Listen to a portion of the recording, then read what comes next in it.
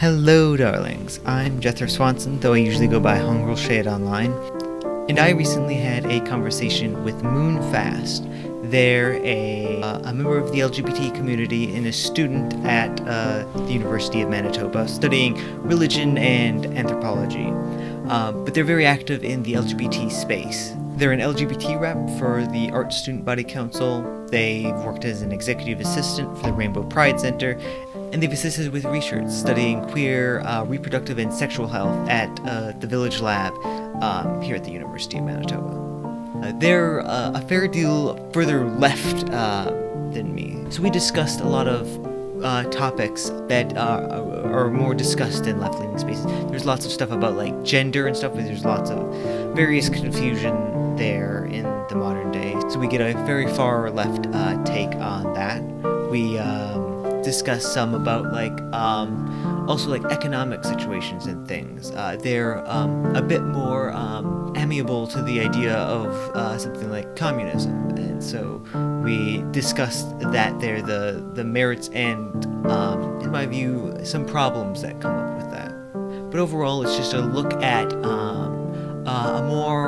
a further left view of the world, and how someone in that kind of space sees things and thinks about things, and some of the opinions and stuff someone like this might have. Oh, so overall, it was a lovely discussion. So please join me as we defend the indefensible. We could probably just jump right in then. And I think the first thing I want to have happen is I just want to get to know a little bit about yourself and like background. Like, who are you and like kind of where you're coming from, like maybe like upbringing and stuff that kind of led you to this point of just being who you are. Yeah, sure. My name is Moonfast. I grew up in a really small town in Manitoba with a very small population. I had a very religious upbringing.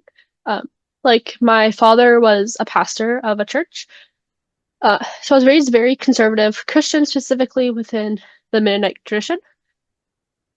And then growing up, I really enjoyed school. Uh, I really enjoy learning about feminism, especially when I figured that out when I was older. And through feminism, I figured out more about the queer community until I honestly met a whole bunch of people. I met like a liberal Christian, my first ever liberal Christian. I was like, wait, there's more options out there in the world. And that kind of started my deconstruction journey. And 2 years ago, a little over 2 years ago, I came out as an atheist, and around 3 months later, I came out as non-binary and queer, and I went to university. So that's a rundown. Yeah, okay, that's fair. So yeah, you grew up as Christian and then you kind of slowly kind of explored other options and other like worldviews and stuff and kind of drifted away from that. Yeah, so I want to know a little bit more like about your like now what are your current like views on the world? This is a very open, broad question, but I just want to know like politics. Like I assume you are more on the left. From what I've gathered, you're pretty far left. I think probably more left than me in some ways. Though it might vary by topic and topic. But I For just know sure. you like what are some like maybe very important things to you? Like what are some core like I would say some of my biggest opinions have to do with um, treating every single person with respect and radical acceptance, just in general. Um, yeah, oh, this yeah, is tough. yeah My no current political views, I would say I'm leaning a bit towards communism, but not fully.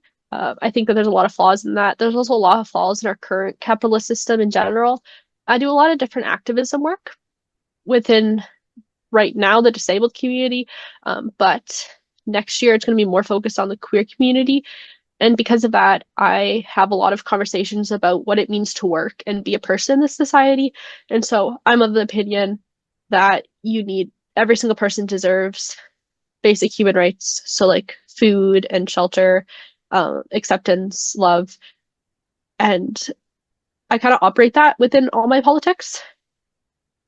And I think the biggest thing that shows my political leanings just in general is that if I'm ever holding an event and if I have money, my goal will always be to have food above anything else. If there's not, I don't care if they're doing anything else as long as there's food, because food is the biggest accessible thing you can do to an event. I do see that. Yeah, so you're saying you're leaning a little bit more towards like communism in like what respect? For sure. Definitely in the respect of everyone. I would love to have eventually have every single person being paid the same amount of money for whatever job you have.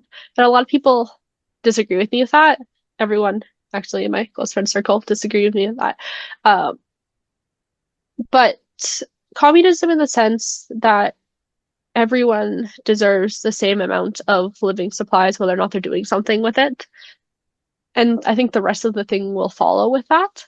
Oh, But okay. also not fully, I haven't fully explored every other option. So socialism might be the next thing, but in Yes. general, I'm much more community orientated in how I want to approach life and politics. Yeah, and I see. So the I would what so how do you get around like the kind of issue of like, well, if everyone's getting the same no matter what they're doing, why would anyone want to like do hard jobs? Like why would anyone want to be like I don't know, like a janitor or something that might be like undesirable or something that might take like a lot of like effort to do, like learning to be like a nuclear physicist or something. If there isn't any more benefit than to just like be like, I don't know, like a Walmart greeter or something. Like why would people put in the effort, assuming we still need these Yeah. jobs? I think that question has two different answers. For one, a lot of people enjoy hard labor jobs. All of my family are either like pastors or like farmers, any kind of, oh, what is it called again? Um, things like electrician, plumbing. Okay, yeah, like trade school Yeah. type things. Yeah, yeah, the trades. So all my family is into trades and physical labor. And so I know people who enjoy it. But if anyone really does not want to do the job, I believe that technology will very quickly adapt for not needing that job anymore. Okay, yeah. So like because I do see an argument for like exploring some kind of like universal basic income and stuff, especially as like society becomes more successful. Like with like you can imagine like AI or some other automation and stuff. Eventually, a lot of the jobs that are explicitly necessary like kind of become out, and then you can probably have like some basic level of stuff. And then if you want more stuff, well, there's probably still going to be some jobs left that you can like do stuff for if you need like some extra specialized things, and you can reward people for that. But it's not eventually it probably at some point will probably become unnecessary.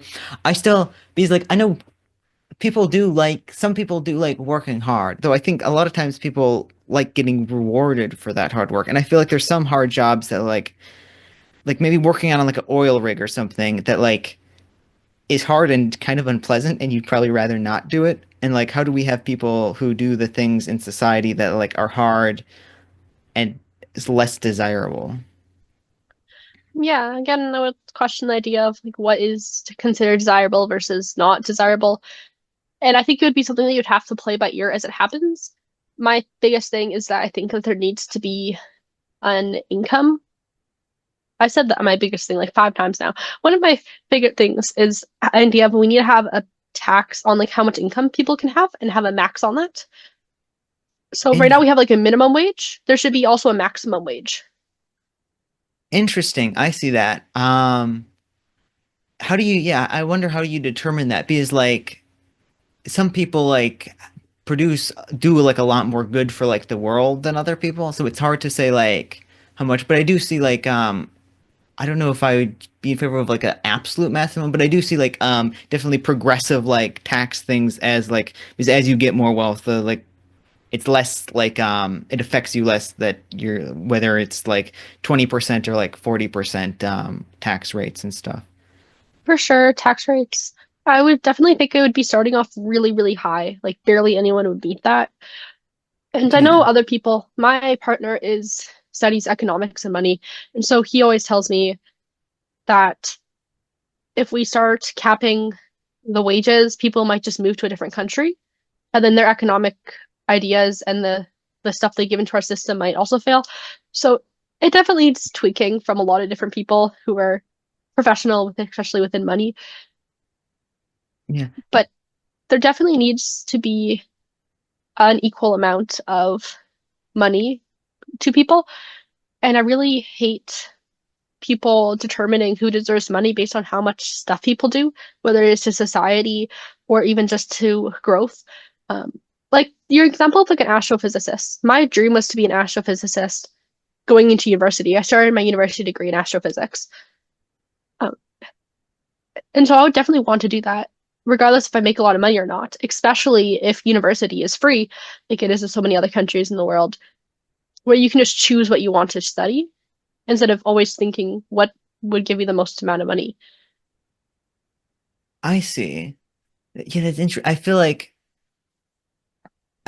the good thing that happens with like something like capitalism is it like it's very good at like allocating resources where they're most like desired in the society.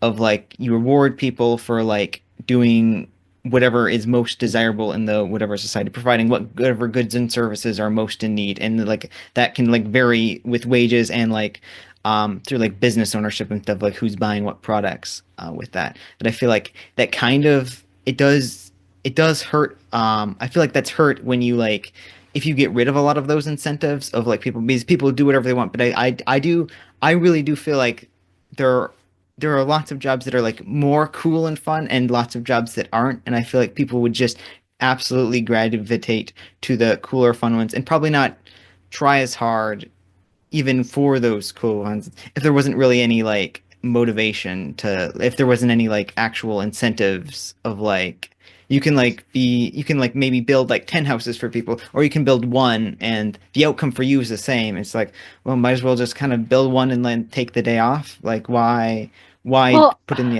extra effort, I I guess. think the first thing is that people have hobbies. People like doing stuff in general.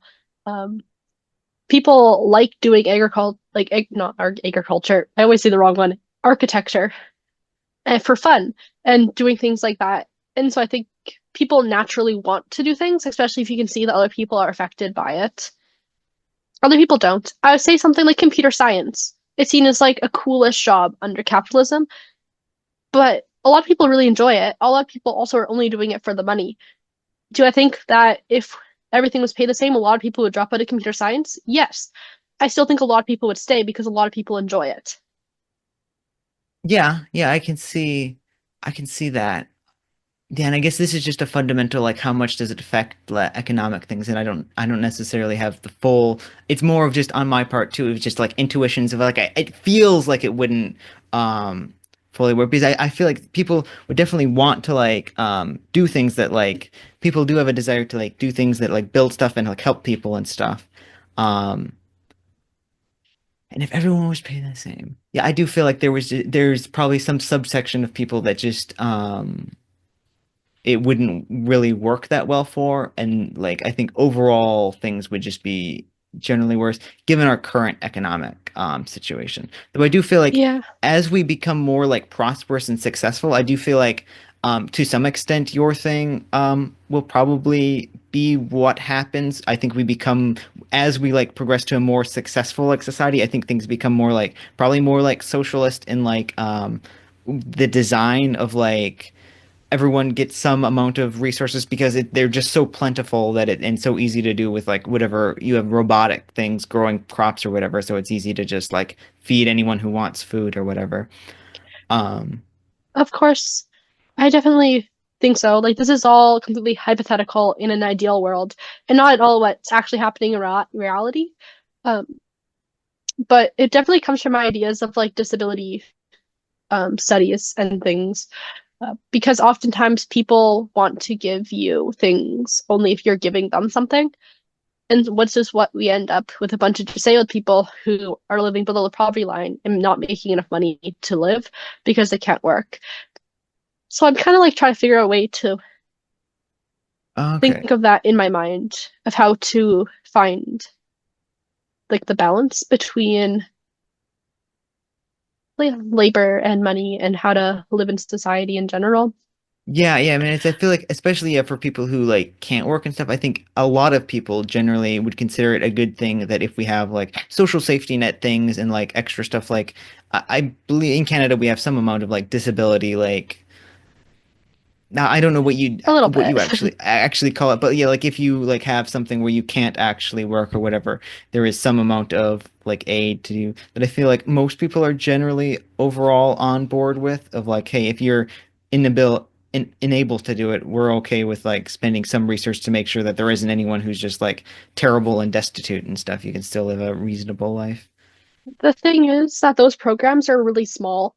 Like in Canada, if you are in Manitoba specifically, and my numbers could be off because I only looked at it recently and I have sometimes trouble remembering numbers, but it's around $1,200 a month that you can get, which Okay, is yeah, that's nothing considering you have to rent and buy stuff and you get your medical equipment.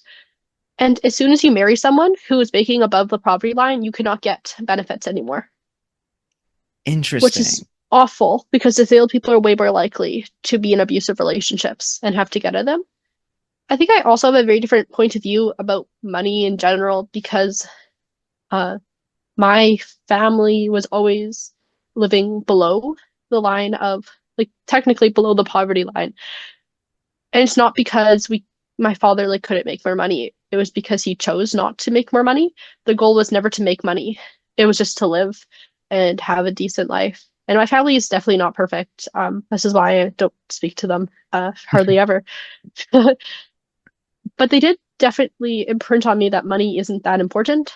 But I feel that for most people, it's not done that way, which leads to me probably overestimating the goodness of society versus other people. Okay, yeah, yeah, I guess. Yeah, that could be. Yeah, no, I do like that message of like money not being the most important thing. It's because it's really more of like a means to an end, not like the overall goal of like money is so great or whatever. What are your most like controversial opinions? Is it, like, do you think, I feel like being more aligned with like communism or something definitely seems like something that would be overall like controversial if you're talking with like economics people, especially if you're going more of a hardline stance on it, since it generally hasn't actually worked out in the world. But like, do you have any other like what kind of what do you think are your things that people would most take issue with or whatever? Oof. I have no idea. I feel like I say things, and sometimes people really like them, and other times people are vehemently opposed to them. So it really depends. Um,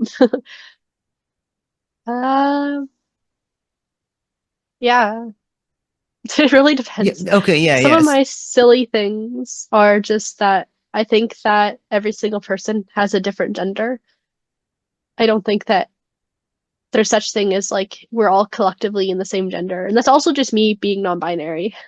Okay, yeah, and so like I think I understand what you mean by that to some extent. I'll try to like because it's like slightly different like gender expression and like experience might be a word. It's like there's different amounts of like feminine or masculine or whatever kind of stuff for each person. It's not all one like universal kind of thing. Is that kind of what you're getting at? Like, or I am I think off? kind of if you were to ask two women about their womanhood and their experiences with women and like what it means to be a woman, they're going to answer differently. It does that mean that they're not women? Like, no, of course not. Like, refer to people as women if they want to be women. Um, but their experiences of womanhood and them actually embodying what it means to be a woman for themselves are going to be different. Even if they use the same like umbrella term, or if you have two people who say like, "Oh, I'm agender," they're kind of two very different experiences of being agender, even if they use the exact same gender label. Like they both do not have a gender, but how they experience not having a gender is different. This is not a very good fleshed out idea, but it is something I think about every once in a while. And I You know, think more people embracing it would allow for people to be okay with just gender expansion in general. okay. Yeah, what do you mean by gender expansion in general? Uh, just as a term to encompass anyone who isn't a cisgendered person. So this includes trans people, non-binary people, intersex people, two-spirit people, detrans people if they identify that way, people who are not assigned a gender at birth. There's so many other people. Yeah, yeah. And so yeah, I guess yeah, and this all goes back to more of like a self-ID view of gender, I guess. Of Mhm. like yeah. Yeah, because I guess within that, yeah, I guess everyone can have their own like it's because it's whatever you express it as. Okay, I'm trying to think of before I get into like politics because the next thing coming up is U.S. politics and your opinions on that and stuff. But I'm trying to think before we get there, is there any other like little things? We can also jump back into little things if I wanted to ask you. Um, let's just take a detour to the lovely United States of America and the politics going on there. First of all, I'll just open it. What are your? I want to know your front-facing opinions first of all. It's really scary. I'm terrified. That's probably my first opinion. Uh, it feels like it was so fast, unexpected, but also expected all at the same time. It's very much a feeling of this is how everything got solidified. It felt like all the cards were in the air of what's going to happen, and it went really downhill.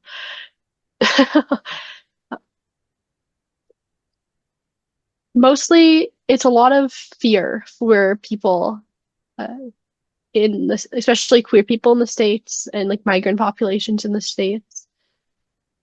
Okay. Yeah, no, I understand. Yeah, that's. I feel like Donald Trump is just a very not great leader overall. He's just very terrible in so many ways of like being more authoritarian, of like going too far, of I feel like so many people they always there's always like ideas that like could work to some extent and then you take everything way too far and then like double down on it, like we're like with the deportation stuff of like if you want to like remove criminals who are went into the country illegally or something, like fine, you could do that, but like if you accidentally like mess up and you don't have like you deported someone without evidence, you could just like be like, oh, whoops, we got it wrong and let's rectify this or something, and then you would all be fine. Like you could just like you don't have to like triple down on all this kind of crazy stuff.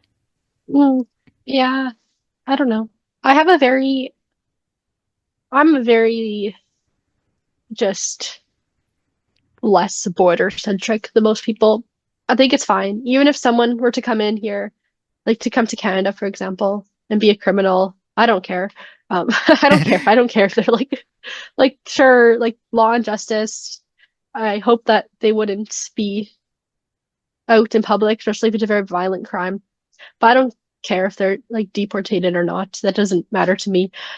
So this whole idea of now we're going to send back so many people was super scary. A lot of my relatives are not from Canada, and to think of the idea of like they all could be sent back and ripped apart from any of our families, I wouldn't be able to see them, is terrifying. And me as someone who has been here for like my family's been here for generations, it's terrifying to think of an idea that if we just got kicked out, we would have nowhere to go. Yeah, yeah, no, I feel like yeah, so you're less overall border stuff. Yeah, I feel like there are problems with like bad actors of like whether it be I guess more for the US there's in Mexico they have a much bigger problem with like cartels and stuff that is like a legitimate issue there. That Canada since we're like nicely landlocked, so I guess there's US people with guns that maybe you to some extent you might want to be careful of, but it's not as big of an issue maybe. Yeah, it's just yeah. Though there's so much going on there, and every day you hear something else that's getting worse. Even like the UK Supreme Court ruling that um, biological sex is the only thing to do. The entire world is changing, and so it's really terrifying to think of what the Canadian election will hold in the next couple of weeks. Okay. Yeah, because the Canadian election looked like if it wasn't for Donald Trump would probably have gone more conservative, though, but because of all his like insane like love of tariffs of everyone, that really did like I think start to swing it the other way. Um, you wait, so why do you think Donald Trump was elected? Like what do you attribute the reasons why people decided to vote for him rather than Harris? Um, Many different things.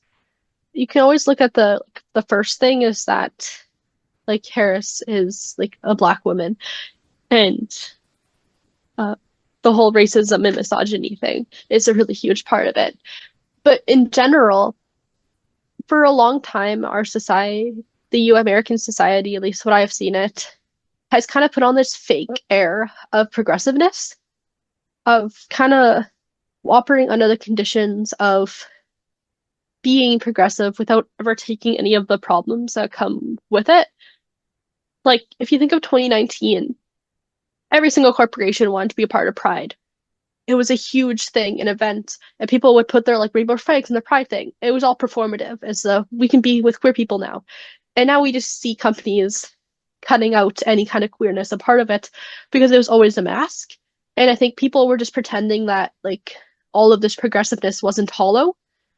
Okay, And yeah. Trump coming to office, it kind of shattered this illusion that society isn't as progressive as we thought. Other things that contributed to it, COVID in general. COVID made people more extreme in their beliefs for the most part. I think of my own family who went from being, yeah, conservative to extremely conservative over the course of the pandemic because there was the whole anti-vax movement, the so many other things, Yeah, the yeah. anti-masking that pushed everyone to feel like the government was against them. And so then people in America seeing Trump as someone that can actually hear what they're trying to say about the vaccine, about masking, and now about trans people. Um, and he, as this popular figure, just became this person of power who could help them. Yeah, yeah. Yeah, no, I do think I think I agree definitely with some of the things of like people not liking because the governments were pushing like very hard for like vaccinations and stuff that I think that because of their like because of how aggressive they were pushing, it kind of naturally made like a reactionary movement against it. And then that'll let yeah, people capitalize on that I of think another big part of it is that like really hard far right power dynamics and politics became more normalized.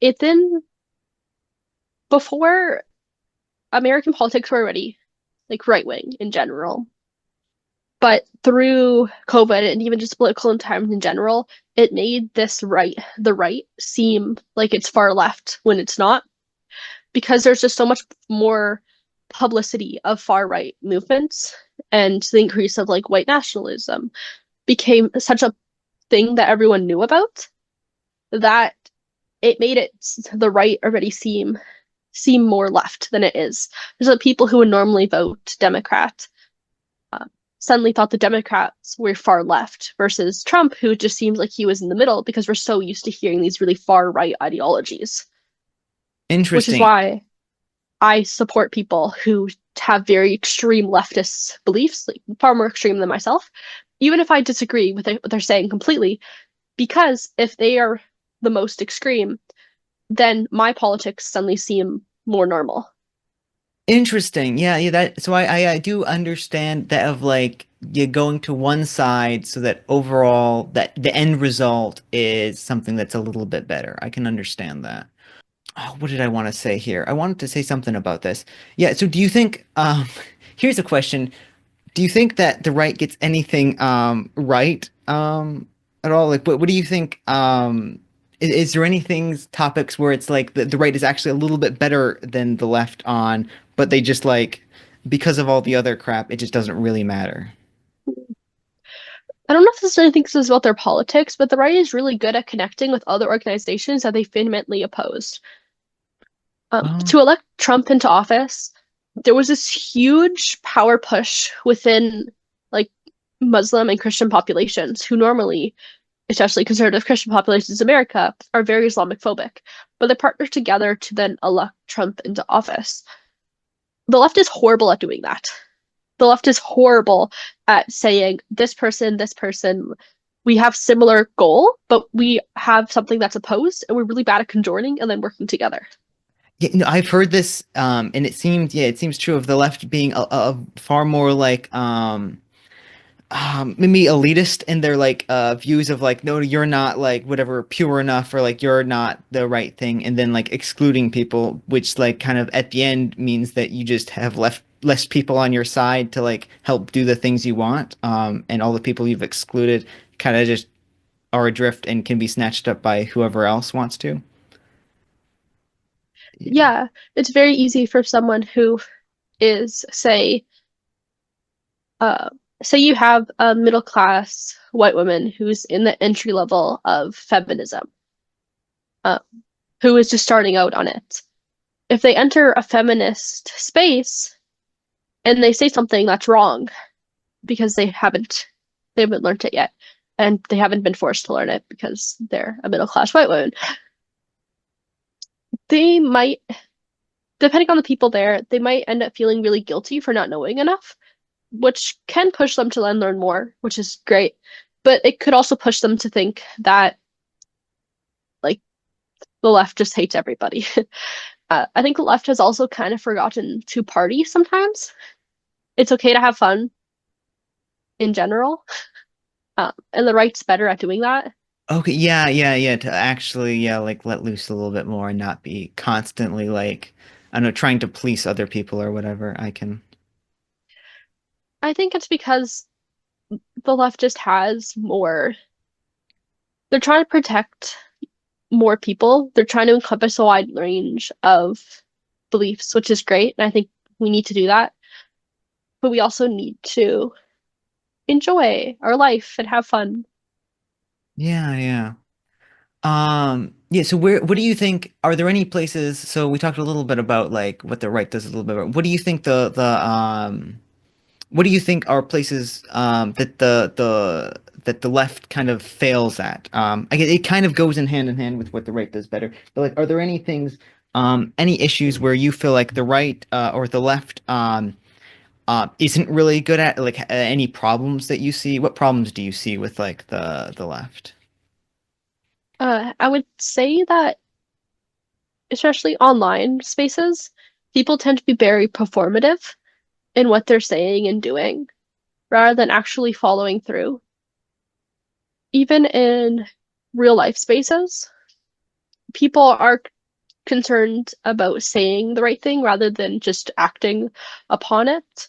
Like it's very easy for someone to say that they want to accommodate disabled people, but they're not actually going to go out their way to even do a bit of research or start to even think about what that even means. I think it's summed up by this, I guess, story that I had in one of my women gender studies classes, where I was talking about how this reading, which was about feminism and disability, was inaccessible for me to read. It was very hard. It took me hours to read this 6-page word because of how complicated it was, especially if you're talking about disabled people. Why are we not making the language more accessible? And I was upset and I was saying how this is not accessible for people who are disabled, and also people who are from like lower class and working class backgrounds. So like my family, none of my family went to university. And then someone put their hand up and said that I was being ableist and classist for assuming that um, people from working class backgrounds and disabled people aren't able to read it. Which, yes, like, of course, if I was saying that, and I mean, like, for everybody and not speaking from personal experiences, that could be bad. But we're forgetting that there's more steps in life. Um, Yeah, yeah, I feel like sometimes yeah, it misses the actual just like practicality of just like being a good person and doing good things, or like reality from like yeah, just doing a bunch of labels of like Because like the reality is like a lot of lower class people are not going to be as well educated and will not have as good of reading comprehension for things that are like university level or higher. And of course, that does not mean that they can't. And it does not mean that nothing, like a lot of disabled people can. Like me, I have dyslexia, so it's just hard for me to read in general. But someone who has a more physical disability, I also have Crohn's. So if I only had Crohn's, I would be able to read it just fine. But the left sometimes fails at not at just taking things and not assuming everything is black and white. It's the same problem as the right in general. A lot of people put everything into black and white boxes of either you're right or you're wrong. Either you can do this or you can't. And I think everything is gray. I don't really know anything that is black and white. Yeah, yeah. It's something I work a lot on because I have a lot of religious trauma, and one of the main symptoms of that is heavily black and white thinking. Is that something I'm always challenging myself on, is making sure I'm as gray as possible. But most people on the left and on the right, and even centrists, just people in general, put everything into this is right and this is wrong. So that Yeah, bugs me. yeah, yeah, no, I definitely see that I feel like that's a big problem. And part of the reason I wanted to like I like doing discussions like this because like everyone will just like point at anyone who's different and be like, "Oh, you're all evil and terrible and whatever." And not ever like actually listen or try to understand or like um whatever actually honestly engage with like what the other person are people are saying. Mm-hmm. Yeah, let's see here. Yeah, so one thing that I have noticed that seems to be like a problem on the left is like their engagement with like men, especially like young men. I feel like Mm. the only like things that ever come up in the left are like how terrible they are, how much we hate them, how all like males are terrible or something. And that's all that's ever really discussed. And I feel like most of the conversations are feel like it's a conversation without like men ever being involved in them. It's like a conversation. It's like people talking about something but never actually involving that thing. And I feel like it seems to be like societally, that does seem to be like the intuition as well. We see like for voters, we see that one of the big changes was, well, women do generally vote like left. We see like young men shifting more towards the right. Like in this past election, we saw a lot more young men voting for like Donald Trump than what you might usually expect with like young people who are generally more like liberal. Like young generations are generally more that. And I feel like that's an issue. I want to know, first of all, like on the surface, what are your like opinions on that? Like what do you Hmm. I definitely see that. My brother has definitely fallen down that um, train of thought. And I think that a lot of leftist spaces work on decentering privilege, but that is really hard, especially if you are like a young white man who has a lot of privilege, and then going into these spaces and like, oh, I want to help people, and then being met with a lot of people telling you that you're really privileged, you need to confront it, and it makes you make them feel really guilty for being themselves, which of course that's not the goal. And it's a lot of work to then deconstruct that and make yourself somewhere to go. And if you're not someone who right away can benefit from deconstructing your privilege, then there's not really a reason to. So I think it's a really interesting question in general because the goal of a space isn't to center young men, but at the same time, you want to make sure that you can include them on different things. So I'm not really sure. Yeah, yeah, I know. Because even as you're talking here, it feels like I don't know, like, what privilege are you talking about? Because I feel like a lot of young men don't really experience a lot of the privileges that we commonly associate with like these things like historically there was like privilege and to some extreme degrees of like cases of like women not being allowed in like universities and stuff, like some very blatant things, or not being allowed to vote that were like extreme things and stuff. But I think especially for young men who for most of their life have existed in like a relatively gender egalitarian space and haven't really experienced a lot of these like so-called privileges, but are still like constantly blamed for having them despite not really benefiting from them. Like, how do we Hmm. square that circle? Like, what, I'm definitely going to disagree with you there. And it might also just be me coming from a rural place when I would say sexism is extremely prevalent. I faced a ton of sexism growing up, as to this day, whenever I go back there.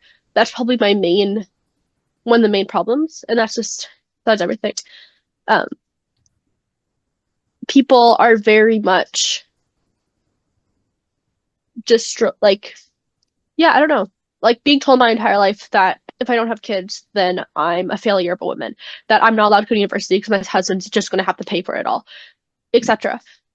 And so to hear that seems stupid because my entire life I've seen men get so much privilege in every single thing that they're doing, okay. um, and not having to be questioned.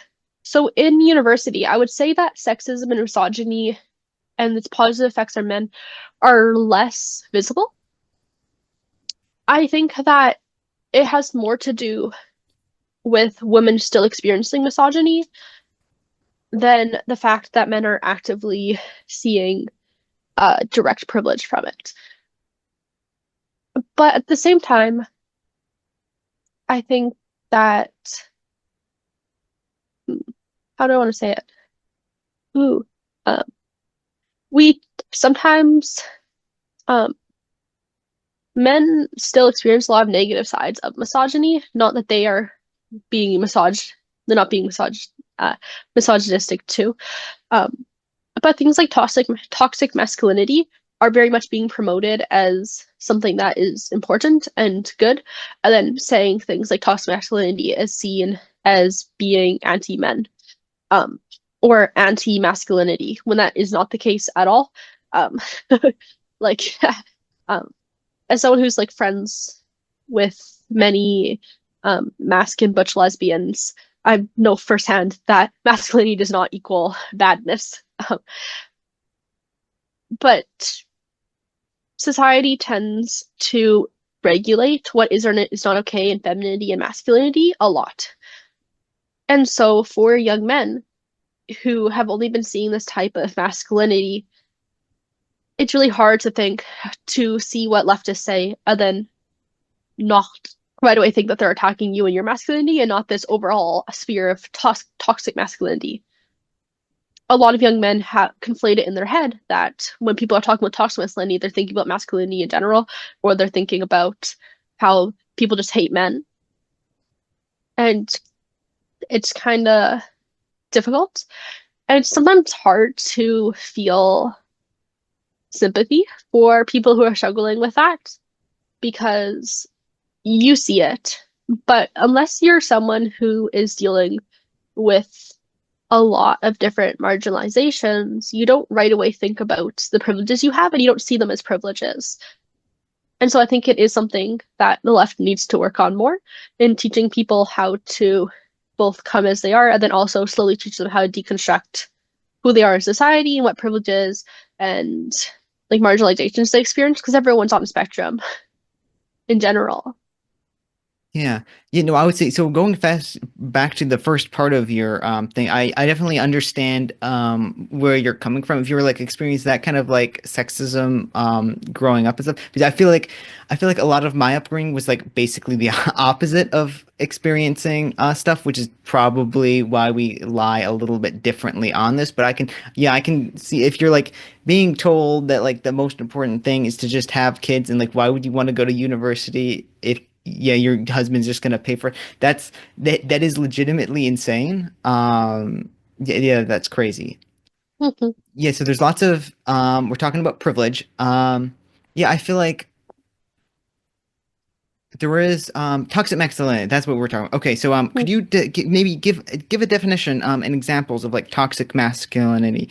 Because I feel like yeah, we're maybe concerned about people like conflating it with like whatever what would be considered regular masculinity or other stuff. And I feel like sometimes it what I've seen it does can be used by some people as like an overly catch-all term. It can be used too like overbroad or whatever. So like what do you think is like a good like definition of it? Like what do you think? Well, what is it? I guess. Yeah. So I'm probably gonna do it wrong because I'm just talking on the fly. But toxic Yeah. masculinity is the idealization of masculinity as something that has feels no empathy and is extremely tough and can provide for everyone. It's basically the extreme version of traditional stereotypes on men and women. Some examples would be just phrases that people hear, like boys don't cry. Or it could also be something more complex, like if a young boy and girl are playing soccer together before puberty, so they have the same physical capability, and people shouting things, you're going to get beat by a girl, or how dare you do this. It could also be people, a lot of men refusing to ask for help because you have to stay proud, and asking for help means that you failed. It's this obsession with winning and being in control that seems okay on the surface. Like, of course, yeah, everyone wants, like, it's good for people to want to help and provide people. It's really good for people to be tough and not to be like weak and afraid all the time. But it's taken to such an extreme that it ends up hurting not only the men who can never reach the standard, and then the men who cannot reach the standard, and the standard itself causes people to not be able to express emotions except for anger, which leads to huge amounts of domestic violence and assault and sexual assault. Um, yeah, a lot of men that I know in my lives had different abusive relationships with their family where their father will beat them up if they aren't proper and how they present themselves. They're not manly enough, or if they're like queer, or if they're gay, or if they're if they're gained weight or whatever it is. It's the obsession of not being feminine. And a more like a good whatever, a positive masculinity would accomplish things about, yeah, of course, wanting to provide for other people, open people's doors, but also accepting help, accepting um, emotion and expressing it in the way you want. That doesn't mean that you have to start crying everywhere. But allowing yourself to write in a journal, meditate, and not the meditation of like wake up at 5 in the morning, grind, and then meditate, but just relax, take a deep breath for 2 seconds. It's mostly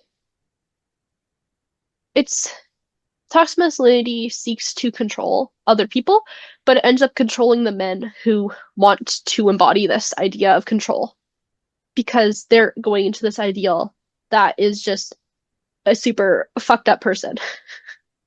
Um, no, that was a horrible definition, Yeah, okay. But but no, it's I get the intuition of like there was definitely some problems of like emotional regulation and like expressing emotions that are sometimes too suppressed in like ideas of like masculine stuff and things.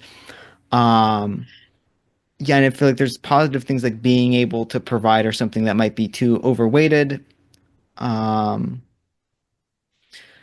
yeah, it yeah, has a lot to do with anti-queerness, anti-womanhood, and um anti like emotion in general, which seems extreme to say. Um, but at its core is to protect your women around you, which sounds again great. Like, oh, that's great. I'm so glad you can like prevent. Well, sounds like it that you can protect, like, say, your girlfriend. Uh, but it slips into the line of control rather than protect. yeah, I can understand. Yeah, at the extremes, it would definitely yeah be yeah. The maximal protection is like yeah. It's just like complete control and like yeah like overbearingness that is an issue.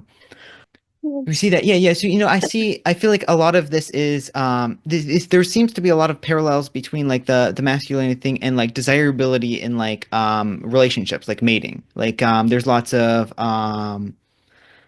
research on like mating stuff, and both evolutionarily and like in the modern world, because we can see like women like socioeconomic status, and that's probably then like all women's dating and like relationship preferences are probably then born out into like the ideals that men trying to strive for, and then this can get like a little bit like over overdone of like trying to be the maximal most extreme of like whatever. I think the biggest thing is that sure there's some scientific papers, but it's more of what they think women want than what women actually want. And I'm not a woman, even though I'm dressed very femininely right now.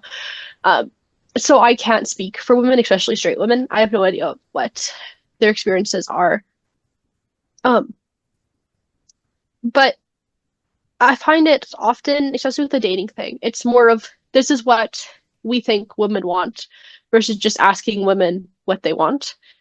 And because they've read, say the studies that do say like that support like finances and stuff, they tend to then again, instead of checking in with women around them and asking, oh, is this what women actually want? It's instead talked among themselves. It's like I'll just think it like a girl sleepover of talking about, oh, what's like her dream man, and then just talking about it over and over again and what they think it is, or like what's a dream woman, and then talking about it over and over again instead of just asking a man, oh, what kind of woman does he want? Yeah, yeah, no, I can see that if you want to actually be making sure like when you're doing research and stuff to like actually do some amount of like surveyed on like stated preferences of women rather than just assuming that and stuff. Though I think there is research on that does go into like what they say they want. And I feel like generally it does I feel like generally it like on a surface level for a lot of the thing, maybe not all, but for a lot of like the masculinity things, kind of does align with it. Of like whatever I think it depends on how we define toxic masculinity, but like of being like very like powerful and dominant, because like if you're powerful and dominant, you're at the whatever top of whatever dominance hierarchy, which is generally what like in humans and I think a lot of other species probably are is desirable True. and what people want. I also want to clarify, like wanting like to be like having control over the people or having dominance over the people isn't the problem. Um, yeah, we continue. Um, Oh, yes. oh, so you Yeah, so there's a couple problems with it. One was that they're not showing emotion as much, and maybe not expressing it in as healthy of ways where it's like maybe gets channeled only either suppressed or channeled only to like exclusively whatever rage or things when it like boils over and stuff. But what do you mean by the like dominance and Control. yeah. It's like yes. Asserting dominance over someone that does not want it is the like that is the problem. Like if you should not be trying to control other people. Uh, but in general, having more controlling and dominant traits isn't like a problem. If you're like a dominant or assertive person, you just say things as they are. Uh, that can be good leadership skills. I'm not trying to say that you can't do that within a leadership sense. It's a sense of controlling other people when that's not your job. That's not what you're supposed to do. Uh, it's the same line of when you're parenting a kid. You are supposed to like lead them and like slightly control what they can and can't do. But if you're completely controlling every single thing you're doing, that's the problem. It's not that like you should suddenly be hands off and Yeah. say no more. Yeah, so it's taken too far of an extreme. Yeah, Yes. yeah, and I think part of the issue with it being taken to extremes is we see like in whatever the modern dating stuff. I think a lot of probably because of technology, I think is the biggest cause of this and stuff. But we see problems with like forming relationships and things now, and I think as a lot of young men are now like struggling, who like want a relationship and are struggling and stuff, then they go to then they begin going to more extremes of like trying to like to some extent because you need to be extreme in like some of the most like desirable things if like whatever if whatever mating market or whatever is becoming more constrictive such that only whatever a smaller portion of people that are whatever the most desirable are Mhm. whatever the only one successful then you have people trying to strive for that and I think that you kind of get into this thing where then they're to some extent trying to do this but without what am I trying to say? I'm trying to weave it in eventually to Andrew Tate. Here, let's say that's the general. I feel Sure. like that's part of Okay. that's One part of the second. problematic end result is that like you have a bunch of men who are struggling, and there's lots of other reasons, but like one of them I think is like this kind of thing where they present like one possible solution to an issue that hasn't been really resolved in our society otherwise. Yeah, for sure. Yeah, anti-trait is something. Yeah, it must be really hard. I can't, like, I have a lot of things I can say, but ultimately, this does not affect me as much as most other people, because as like a queer non-binary person, any of these standards of femininity and masculinity when dating, like straight relationships, I don't understand. I don't follow, and anyone that I date doesn't follow them. Okay, Even when yeah. I'm like my current partner, he's like a cis man. That that's pretty much as close as I'll get to having a straight relationship. But the people that Andrew Tate affects the most are straight men and then straight women who have to deal with the straight men.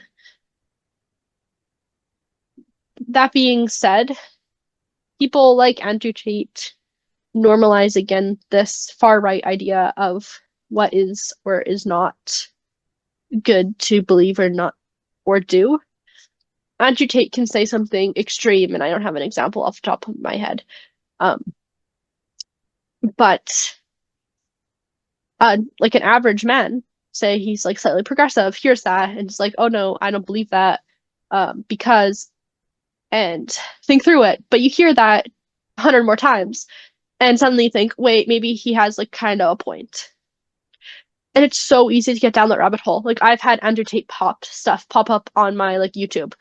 And like, why am I? I'm not the target demographic.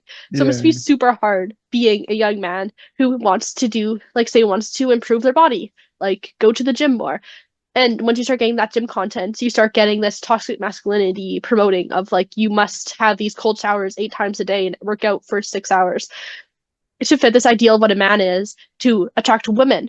But originally your deal wasn't to attract women, but now suddenly this is the only way to attract women. So it's this scarcity. I mean, they always use the word scarcity mindset, but you're having a scarcity mindset if you're so concerned about what a woman thinks. Okay, yeah, I could see that. Yeah, I feel like yeah, maybe. I feel like yeah, I feel like for most straight young men, what a woman thinks is one of the most important things. I guess maybe what your friends think are also somewhat important too, but I feel like that is a very big thing. But yeah, no, I feel like Andrew Tate really he capitalized on an issue that I feel like these young men, I feel like there are issues surrounding young men that, again, the left just isn't really good. Like, we don't have any good figures or any people like actually having good conversations or like talking about this in like a good, honest way, I feel like. And that makes a void where then like anyone can come in and snap up. And then you can have these people who like acknowledge real issues and stuff. But then after they do that, so you have one side who's not doing that, one side who is. But then after they do like, oh yeah, these people are, and then you can say or do whatever you want. And like, you've already got the people like they've already like dismissed like one side and gone to the other because you've kind of like lost them there um Yeah, I that I feel definitely think so, that there is a lack of male role models. There's a lack of leftist cockers on the internet in general. Most of them are right. And of the leftist people, they're mostly white women. which comes to the problem of not really talking about people of color, but also doesn't allow for like young men to see themselves represented on the screen, which can be really hard. And if you're not actively searching for young men who just have like a natural, normal opinion um, on, like, say, YouTube, then you're going to get stuck into the right wing rabbit hole because the first thing you see when you think about young men sharing their political opinions is right wing commentator YouTubers. That's not the truth. I follow multiple like young men on my YouTube because, well, for me, I try to get the largest amount of people I can possibly get to watch. And so I get a whole bunch of opinions, even if I completely disagree with them. Mhm. But like there's not that it's not that there's none around. Even if you go on to a different thing, like drama YouTube, there's a lot of male drama YouTube creators who are left leaning and who are queer. You just can't find it. I also think it comes to this idea of being afraid of queerness, which sounds like a stretch, but a lot of these men who end up being on this YouTube are queer, whether that's gay or bi or something along there. And so if you're gonna watch, if you're on YouTube and a young man sees a straight man who is right leaning or like a queer man who is slightly left leaning but isn't really talking about it, just unconscious bias means you're more likely to choose the straight man. And that's not like a problem on them. Like I'm not blaming them. That's how society treats people. I think that is a problem that there's just not that much straight men who are talking about leftist issues in general. Yeah, yeah, yeah. I feel like yeah, you've kind of been like left out of the conversation, and that kind of leads this kind of void. Yeah, because I feel like yeah, yeah, Hmm. that is just really that is an issue. Do you have how do you so like I guess we just get more people to like how do we engage better with like issues because I feel like there is a lot of like I would call it like legitimate like sexism on the left towards men sometimes, and we can see it to some Hmm. of the extreme degrees of like I think in Canada we have even like sex and to some extent race based like hiring discrimination against I men, f- and I that's fully disagree with you in every sense of the word, but I do understand your point. I think that it's impossible to be racist to a white person. I also think it's impossible to be sexist towards a man. I do think that misogyny can end up negatively influencing men, which is where sex masculinity happens. And I think that um, racism can negatively affect things. But regardless of that conversation, I think that by allowing more spaces where traditional men's ideas can be seen within leftist spaces. So, like, more leftist areas should be having like sports events, should be having board game events, gaming events, and things that typical young men like to engage with them and talk with them and have a fun time. In general, if a lot of our events are focused on more typical feminine hobbies like crafting, we're just not going to have as much men interact with us versus if we're starting to have conversations and do events that focus on more masculine hobbies, we're naturally going to have more men come and join us and talk to us and other things like that. But that's something that just popped in my mind, so it might be an awful idea. yeah, no, I mean, like, I feel like yeah, doing stuff to try to engage with men is probably a good idea. Just in general to like, yeah, spread ideas and stuff. Yeah, so I'm gonna take issue with your idea that like, because someone is like born male, people can't be sexist towards them. I feel like that's not at all the case. I feel like you definitely can be. I feel like that definitely is something that can happen and does happen. I disagree with you. Not saying like born male, because I think that can get into like trans people can experience misogyny. But like a cis male cannot experience sexism, though a cis man can experience discrimination based on the fact that he's a man, but I would not consider that sexism. That's weird. I feel like isn't that the definition of sexism? I would say sexism also entails historical discrimination on against it, which is the same thing with white people. White people can say someone can be like, "Oh, hey, we're like, I'm gonna beat you up because like you're white."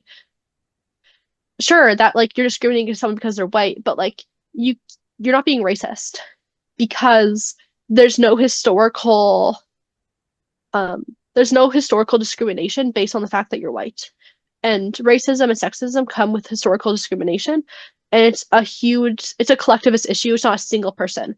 Like just because one person says that like you're a slut as you walk down the street, it's not because it's not it is a his problem, but it also is a whole society issue of like why is that okay to say?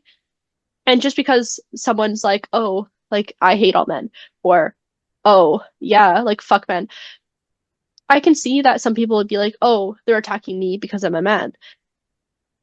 But it comes to much layers than that. It's the same idea of why there isn't like a whites only space on university because there doesn't need to be. White people have all the space. There's not like a men's only space on university because I mean, besides like washrooms and some religious settings, because it doesn't really need to be because men typically have more space. So I'm not going to That's argue that like there isn't problems in society that do not entail that men lose some of the privileges that they have. But I think saying that you're being sexist to a man is stretching it, and maybe that means like I'm part of the problem. Uh, but it's something that's interesting because while I do believe this, I also think that we need to like listen to people where they're at. A lot of men experience things that they feel is like sexual discrimination based on them. And so you need to listen to them, figure out what's happening. What is this about? What are their experiences? How can we help with their experiences? Like if yeah, a man is saying that like, oh, someone is um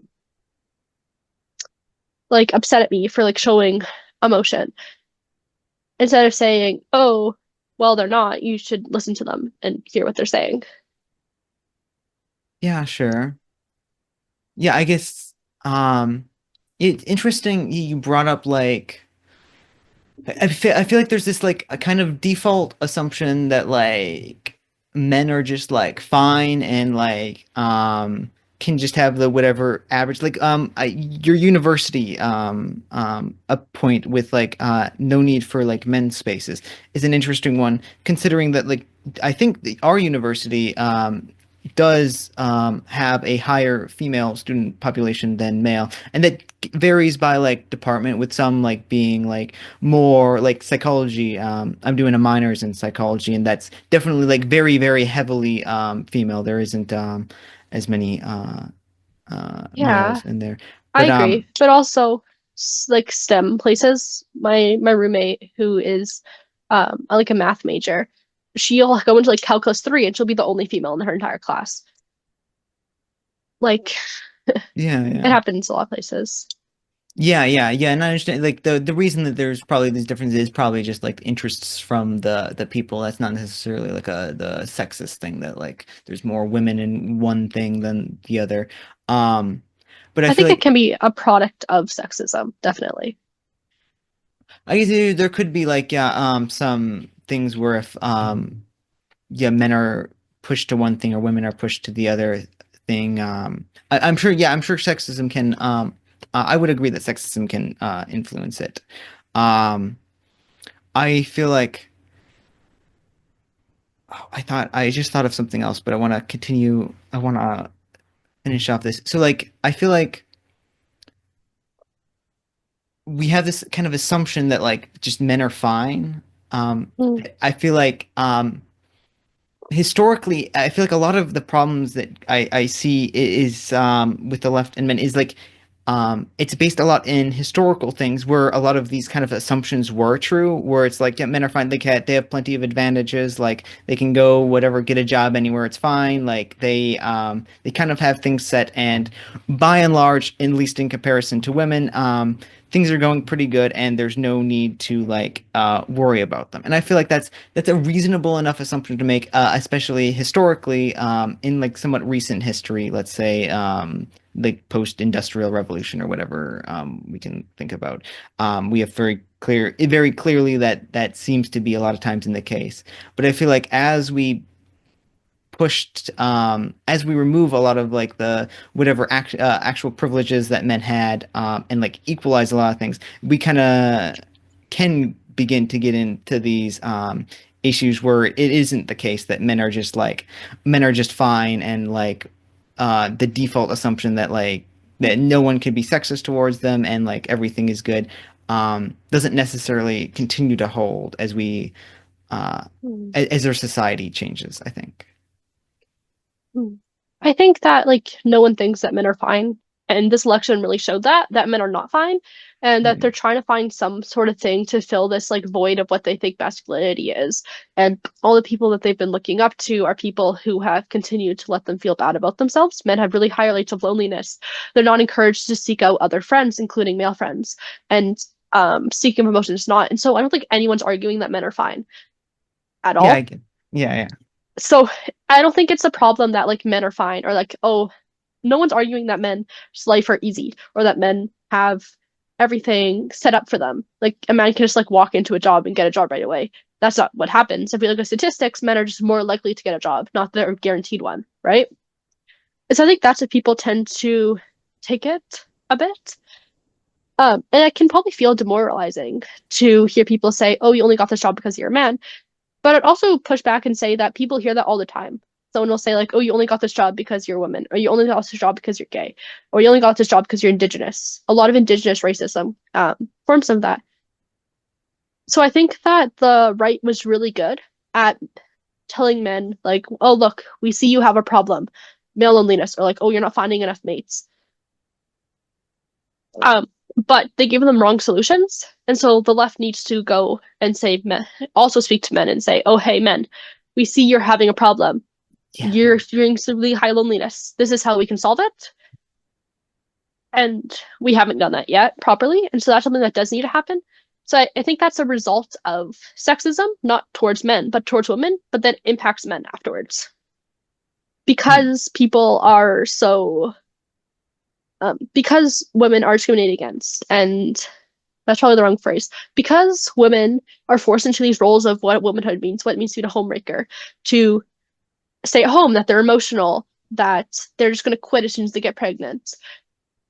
And because the women are forced into that, men have to then force into the role of like what it means to take care of a woman because women are forced into that. And because of that, men experience a lot of negative effects because it, no person benefits positively from misogyny. No person benefits positively from discrimination against women because men are doing things that they're not supposed to.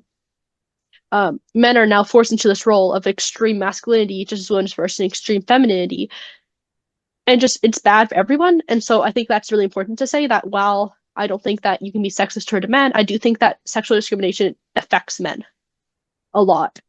Okay. Yeah, sure. I can see that. And I definitely agree with your point of that like it would be yeah, good to have like on the left like a solution presented rather than just letting the right be the only people that offer any kind of solution. I think that would be a very good option. I feel like what do I think? There's like I think we sometimes over or like we don't correctly estimate the amount of like discrimination and stuff people face. One of the examples I would point to is like in 2013 there was a meta-analysis on like hiring discrimination based on sex. And so they looked at overall like trends up into like I think it was like 2022 was like when they stopped. It was lots of different countries, but mainly focused in the U.S. since that's where most research happens and stuff. But they looked at like hiring discrimination in like different like job kind of sectors. So things that I think they split it up into like things that were stereotypically male, things that were like kind of whatever gender neutral. No one had like super strong preferences or like ideas about who would do it, and then things that were like stereotypically female. And then what they also did was they looked at like people, both lay people and like academics, and they had them like estimate, like, what do you think the various rates of like hiring discrimination are um, towards these various people? And what the studies found were was in like stereotypically male type jobs and like gender neutral type jobs. Um, the discrimination was either like overall null or slightly against men, so like a pro-female, anti-male bias, but only like very slightly if it exists at all. And Hmm. the only place where it was like consistent, that there was kind of discrimination was in stereotypically female type jobs, and those were against male. Oh, There for were, sure. Definitely with things like childcare jobs, like discrete daycare workers and teachers. Men are like less likely to be hired because men are often viewed in this very extreme masculine form. So I definitely agree. yeah, yeah, I know, and I feel like, and then the second part of that was they like talked to people, and both lay people and academics were about the same, like in direction, though academics were slightly more accurate to the like the ground truth, though both were both in the same direction, where they said that like they notably overestimated what they thought like the remaining like discrimination was against women in like the male type jobs, and like underestimated the discrimination that they thought like men faced in female type jobs. Like they thought that maybe female discrimination against females in like male type jobs decreased a little bit, but it was still like it was going to be very high, and they thought like in the male type jobs that it was we probably got rid of most of that when we really hadn't. Um, and this isn't like an end all be all thing, but like I think it kind of represents. I feel like a lot of times we give a lot of focus. I don't know. It feels good to talk about, or like it feels important to talk about like when women are suffering and stuff. But I feel like a lot of times when men are suffering, and just in our society in general and stuff, we kind of push it to the wayside, and we don't really care as much about it. And that could be a cultural thing. It could be like a biological thing. I'm not really sure, but it I does think seem. it's definitely a cultural thing. I think it's effect of sexism. Sorry, I'm bringing all back again. Yeah, Um, no, that's okay. because men are expected to be such a unemotional and highly protective people that when they do feel like they're experiencing something, like say discrimination at work, or if they are like not being hired for a job because of the masculinity, it's not they're not allowed to talk about it. And when they do end up talking about it, it's in a way that is not conductive to an actual conversation because they're not taught how to have a proper conversation with bringing up things. And also, I found that whenever I do have conversations with men, instead of just saying, "Oh, I felt discrimination because of this," they tend to be like, "Oh, I faced discrimination in this, and so women discrimination doesn't happen," or like, "Oh, Yeah. I was straight, so I didn't get hired for this job because they only hire queer people." So then queer discrimination doesn't exist. And so I think both those things can happen at once. That men can face like men can face like discrimination when hiring, but that doesn't counter to that like women don't experience discrimination during hiring. I think both those things can happen at the same time. Yeah, no, I definitely agree that like you don't want to go too far on one side, because like there's probably some amount of discrimination and problems on both sides, and likely some to some extent different problems too, of like different things that people are facing in different ways. Um, Yeah, so something like hiring, women say like they get hired more often and have better experiences with like handling a resume.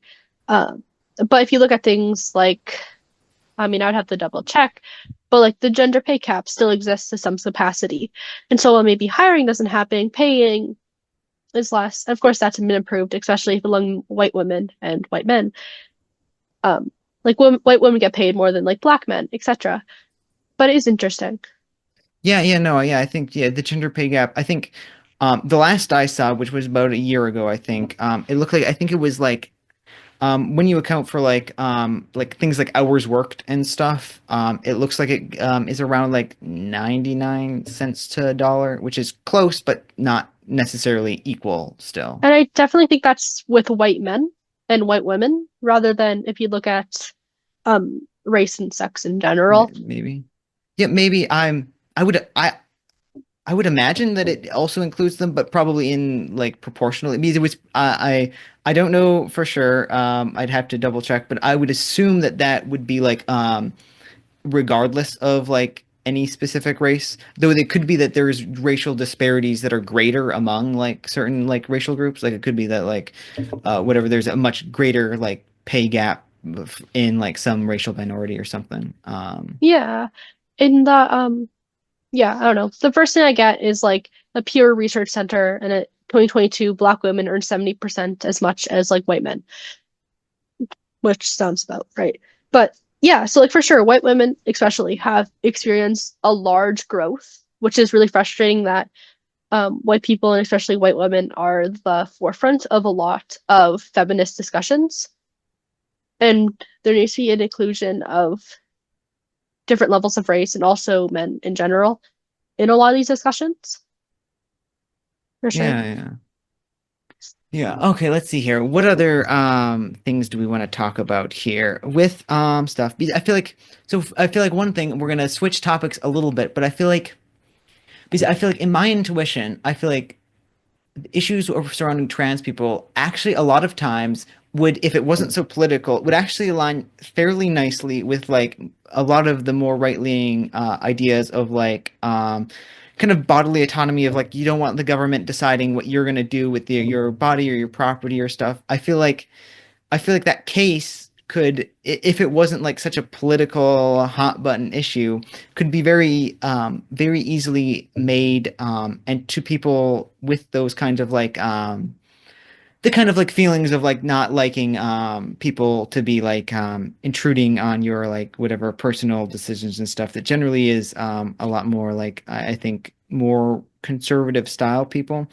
I feel like they'd be so much more sympathetic to if it wasn't such a political topic. Yeah, for sure.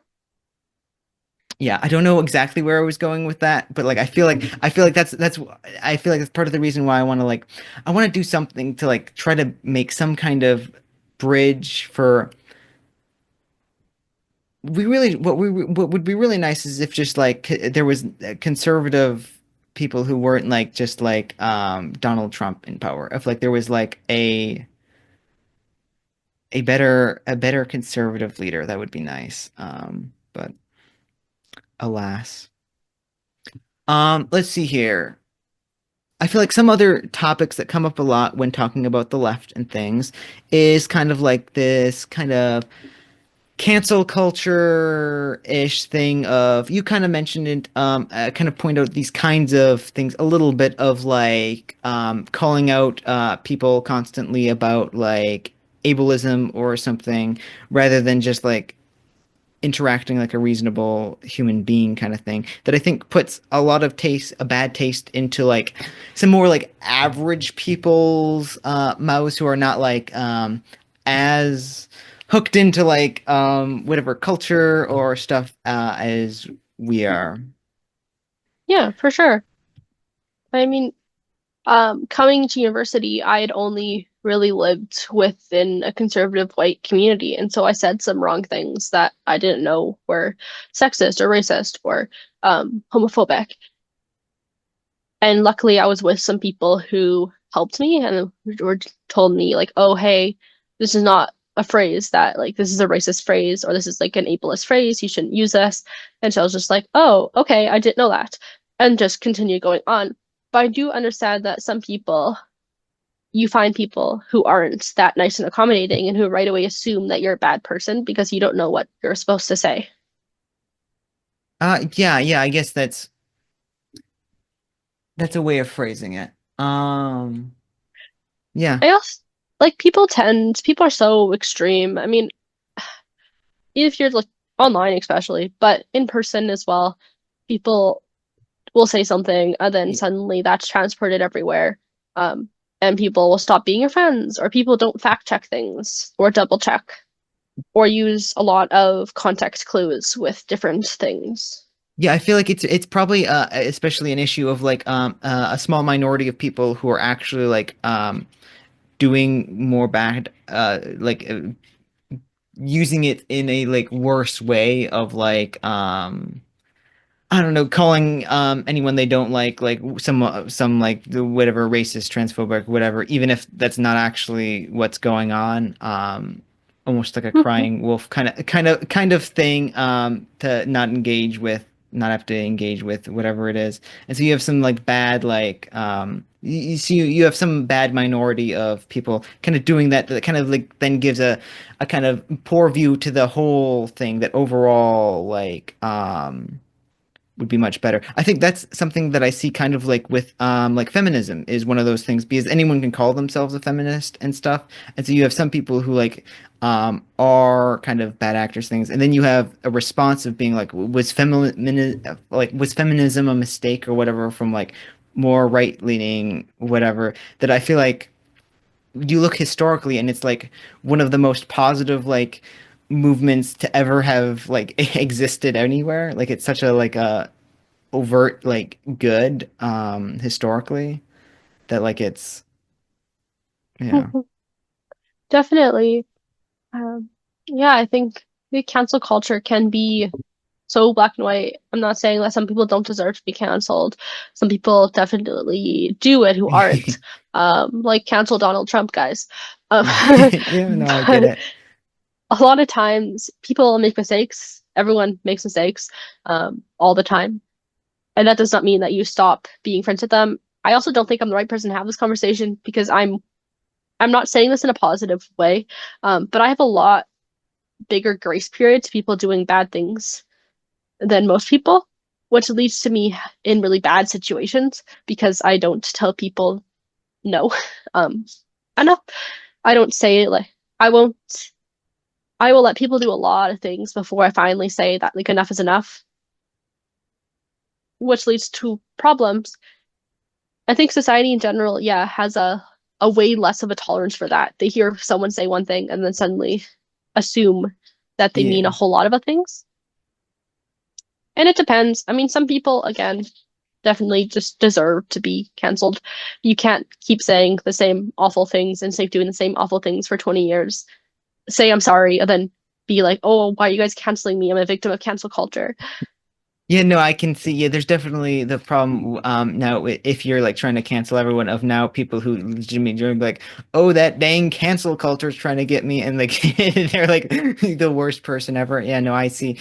I'm sure yeah, there's that as well. Yeah, let's see here. Is there anything else Mhm. that I wanna that we want to talk about? So I'm gonna open it to you. Will I think and look at some notes I made beforehand? Is there any other topics surrounding these things that you'd like to kind of talk about or are interested in like discussing or like care about a lot or like Mhm. oh, here's something that I actually this is something I heard you say at some point that was not about we're going back to men a little bit. It wasn't about men, but I think it applies to them and just hearing the concept I think you're the first person who heard actually talking about this concept. I think you were using in the case of like diagnosing people with like some kind of whatever disorder or something or labeling them and that then alleviating the kind of responsibility on like society or anyone else and making it like hey this is your problem um and using that in a kind of way which I think can sometimes be like problematic because um well it's nice to have like a lot of individual responsibility sometimes you want some kind of like societal acknowledgement and help with things as well. And I think, yeah, that was something that I heard you mentioning, and I feel like that sometimes also happens. Back to our conversation with men or whatever, with men where it's a lot of issues kind of men face are kind of very much viewed as like individual things where it's like, well, you just got to pull yourself up by your bootstraps harder, is the kind of thing coming from this like kind of idea that like men are like these like super ultra competent things that can just do anything and like take care of themselves and like handle everything whatever alone. Oh, for sure. Yeah, that's a huge problem.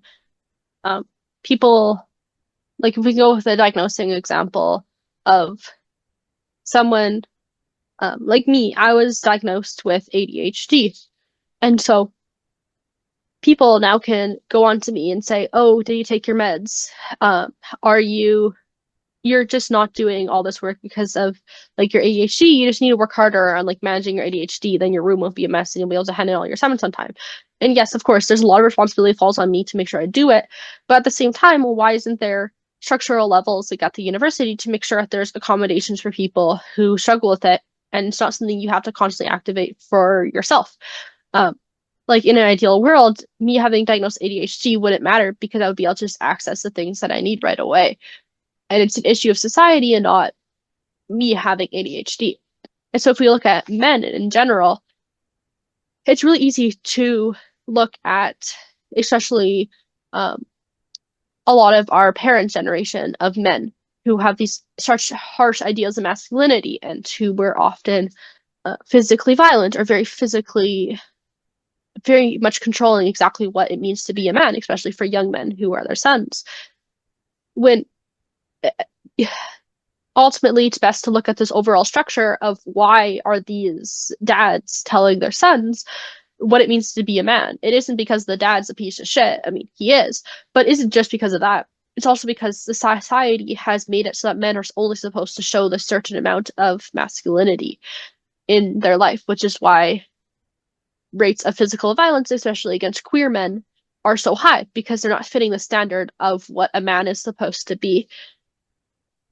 One final thing I'll do that's maybe a little bit more controversial is I feel like I take a lot of issue with some DEI stuff Hmm. that tries to like equalize things on the basis of something like whatever sex or it could be like race or whatever. Not necessarily because of the underlying concepts are not the worst. There could be some issues with it, but it's not like then. But I feel like the implementation is almost always like very one-sided, where it almost feels like a lot of these seem to be like things need to be like whatever 50-50 when it benefits me, but we can have disparity when it also benefits me, when it doesn't whatever. It feels like a lot of that seems to kind of happen where we see some disparity in some domain and we're like it must be that because there's some disparity it's because of like some like sexism or something.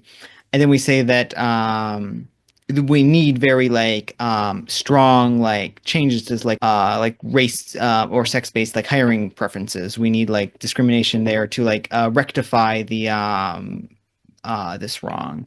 But we look at like other domains of something. You could say something like imprisonment. Like most people in prison are males and stuff where it's like, well, we're not arbitrarily saying that, oh, because there's more like males in prison, it must be because of discrimination and stuff. It feels like it feels always very one-sided in these kinds of things. I kind of like, I agree and disagree. So I'll let you finish your point, but continue. Um, yeah, no, please go ahead. I feel like there's some sub stuff, but like that's the main that is the main like idea of it is that I feel like there's it feels like a lot of times it's whenever there's like a disparity and it's towards one side that seems to be more favored, then it must be rectified through like the most like the through very like overt like kind of mean of like hey we just need to like forcefully change this, whereas if there's disparities elsewhere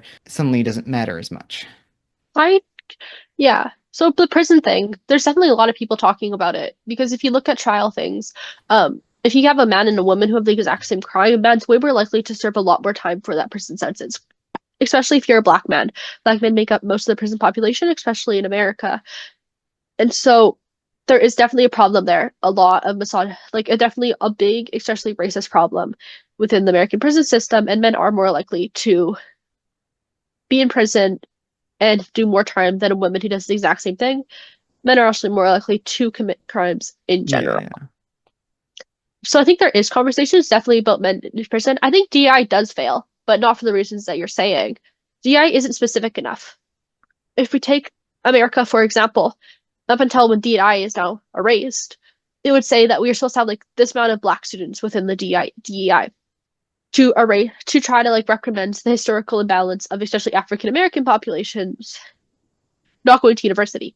But what ended up happening is that the black um, the Black people who end up going to university within these ideas were most of the time first or second generation, um, like Black Americans or international students, which is good. They do deserve to go to university and have themselves accounted for.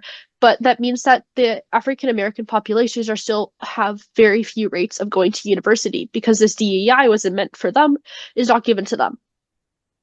Okay, Uh, yeah.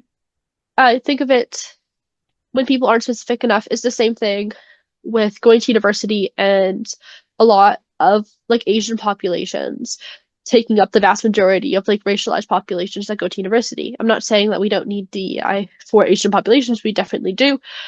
But if we're not being specific enough, we're not actually targeting the people that we want to target. If we're Yeah. looking at the university and the amount of people you're like the University of Manitoba and the amount of indigenous populations are supposed to be there, people anyone can identify as indigenous on their application without showing any amount of proof. When we should not only just be saying, "Are you indigenous?" but also trying to focus on like making sure that we're getting like First Nations people, because Métis people often make the vast majority of indigenous people who go to university. When we also be including First Nations and Inuit populations more. Interesting. Yeah, I feel like I'm generally more of the camp of like I would like it if the DEI style stuff happened like sooner of like rather than because I think there was some issues, maybe it was in California or something, where they were letting in like they had lower like acceptance criteria for like people who were like maybe African American or whatever kind of things. But the problem is when you have these like lower kind of bars for entrance, and then you let in these people, they're not at the same level as a lot of people, but they now have to I compete Yeah, and they I have a disagree because if you look at grades and what makes kids have the highest grades is having stable housing and food. And DEI aims to focus on people who do not have that, which often comes within racialization, marginalization in general. Again, with the example of First Nations people, First Nations people um, are highly discriminated against, especially against the educational system. And racialized people in general are way more likely to not have stable housing and food. And so the whole grades thing, just because someone isn't having the same level of grades, but because, say, they are racialized and they come from, like, they didn't have stable housing or food growing up, their grades are going to be lower. That does not mean that they don't know as much, or that does not mean that they don't know how to do it as much, or they're not as smart. It just means that because of the institutional barriers, their grades aren't going to be as much. And so while it seems unfair at first, it actually is carefully done to allow for people who could not get those high of grades because they were not able to get the conditions in which their grades got high enough. yeah, I think so. Yeah, so I think what I would want to do is I want to change the conditions, is what I want to do. I would like to, rather than like saying, hey, these people had conditions that didn't allow them to like perform at whatever level they weren't able to achieve, like whatever they might have been able to if they had like they didn't have these kind of barriers that they're like disproportionately affected by.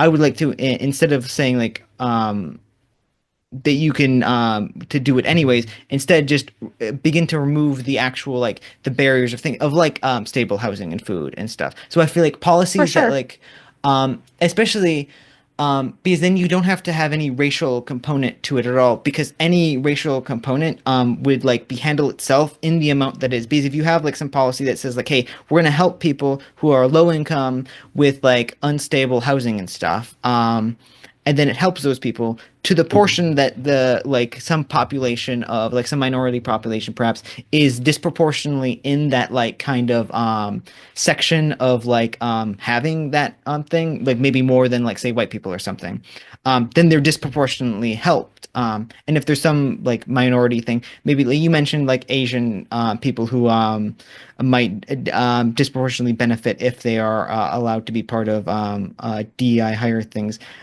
If they're not experiencing the same hardships, then the benefits never go to them, and then we don't have to. Then we kind of it makes it so it doesn't have to have any race component at all, but still adequately solves for any racial disparities in negative outcomes that could be from like historical like discrimination or something, I think. Yeah.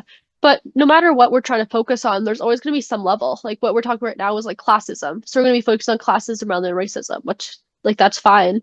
Um, and I think that is the goal to ultimately fix the thing that is creating the imbalance. But DEI is just a way to like a band-aid while we're waiting for the paramedic to come and actually fix it up. Like a lot of different things. Like I'm from like a rural area, so I'm more like I had a higher chance, I believe, of getting accepted into university because they want more rural people to go to university because we make up very few percent of the population of university students. That doesn't fix the problem that people in rural areas are historically and currently severely have way less wages, are often living below the poverty line, often are severely undereducated. But it does help with preventing that from happening to the next generation a little bit more. Would it be better if we started asking rural people, like, oh, what would make you guys want to go to university? Or why aren't you guys going to university? No, of course not. It'd be way better if we could ask people and figure out what they think and what they don't think. How can we make it more accepting of a diverse group of people? But DI is ultimately the band-aid, not the solution. Yeah, so I want to know if is there anything else, any issues in a society that you see that you wish people would like think about differently or like I mean, I'm fascinated about queerness in general. In Canada, there's 3,600 people who have an X gender marker on their passport, which is tiny considering that it's like such a hot button issue with every single thing. And I think a lot of these issues, especially with queer people, that people are saying are hugely exploded. Um, when the fact, even if you have an issue with like non-binary people, we make like the amount of people who are actually changing their legal documentation is so minuscule that's insane that people are passing policies about it. yeah, I It feel like you like know there's probably more people like faking disability checks than there are people's X gender markers. yeah, I know. I feel like yeah, a lot of these things, especially if it doesn't like actually affect you or like affect anyone else besides the person, it's like why would you care at all? Like it's their own like thing. If they want to go do something, like as long as it doesn't affect you, like why have an opinion on it? Why not just if they it makes them happy to have like an X gender marker, like then have the next gender marker and to it like your life does not meaningfully change depending on that. So there's no reason to like Mm. Yeah, I am someone who I really like um learning about like races in general. I know people like to say how, oh, don't bring race into it. Like, why you do this with everything? Um, but racism is still such an active force in a lot of our lives. We don't notice it until you are uh like you're close with different racialized people. So it is interesting. Of course, it might just be my bias. But I think poverty is such a huge problem that really needs to be fixed within almost every marginalization. Like 99% of this is probably not true, but I'm just not going to say it's like that. Most trans people are living below the poverty line still to this day, even though technically there's no longer discrimination against uh, being trans. So is the solution to tell people they need to hire more trans people, or is the solution creating more spaces where trans people can actually access help? Because a lot of traditional homeless shelters would not accept a trans person because they don't meet their religious criteria. So it is an interesting thing. And I think that's why it's so important to think of everything as intersectional, because just because of someone's one specific factor, so say economic status, just because you're broke does not mean that you don't have privileges elsewhere. Like for me, for example, I live below the poverty line, um, but I also have the privileges of coming from a family who was middle class. And even though I don't receive any financial support from them and I'm on my own, that does not mean I didn't experience the ability of growing up having um, the feeling of financial stability, not having to worry about that. Yeah, yeah, I see that. Yeah. And so then when we flatten something into just this is a sexist issue, we forget, like say like the men, we forget the men. As soon as people are like, as soon as people say, "Oh, a man can't be discriminated against," you're forgetting that men can be racialized. We're forgetting that men can have low economic classes. We're forgetting that men can have disabilities. We're forgetting that men can be trans. We're forgetting that men can be queer. We're forgetting that men can have even something as silly as like less pretty privilege. Um, and I think the problem with the right is that it flattens the issue and then makes it so that it make tells a story that the left flattens all the issues too, and then it makes it seem like men are being attacked because of their manhood and not that everything's intersectional. And it's really easy to hear someone say, "Oh, feminists hate all men and want them all to die, and there'd be no female presence for a long time," and then think, "Oh, yeah, this is what the left thinks because that's just what you heard." And from all your friends, you hear people casually saying, like, "Oh, yeah, I hate all men." But without actively talking to other leftists and other people, you don't realize that phrases like that are first off silly, and also it's intersectional. Every single thing is intersectional. Like just because you're like a white man, if you're French in Manitoba, you're going to face discrimination based on the fact that you're French. And I think people tend to forget that everyone can face these multiple privileges and disadvantages in life and just flatten it into you're a man, you're a woman, etc. Yeah. And so like that's the biggest thing from these conversations is that everything is intersectional. Very well said.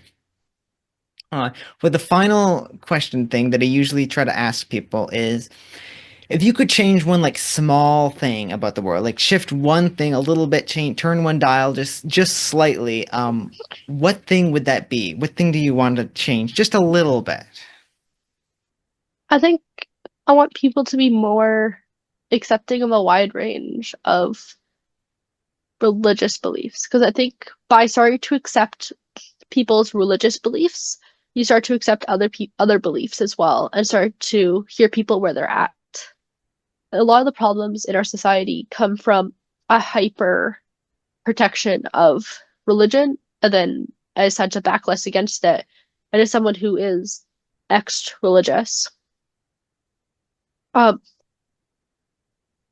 you like I see a lot of religious people who are extremely anti other religions, or you hear people who have no experience with religion be extremely anti-religion. I have grace for people who have really bad experiences with religion and then who are anti-religion. I think that's a different topic. But people who are, say, raised atheist or agnostic and then are suddenly like, I hate all religious people, or religion is like evil, or every religion's a cult.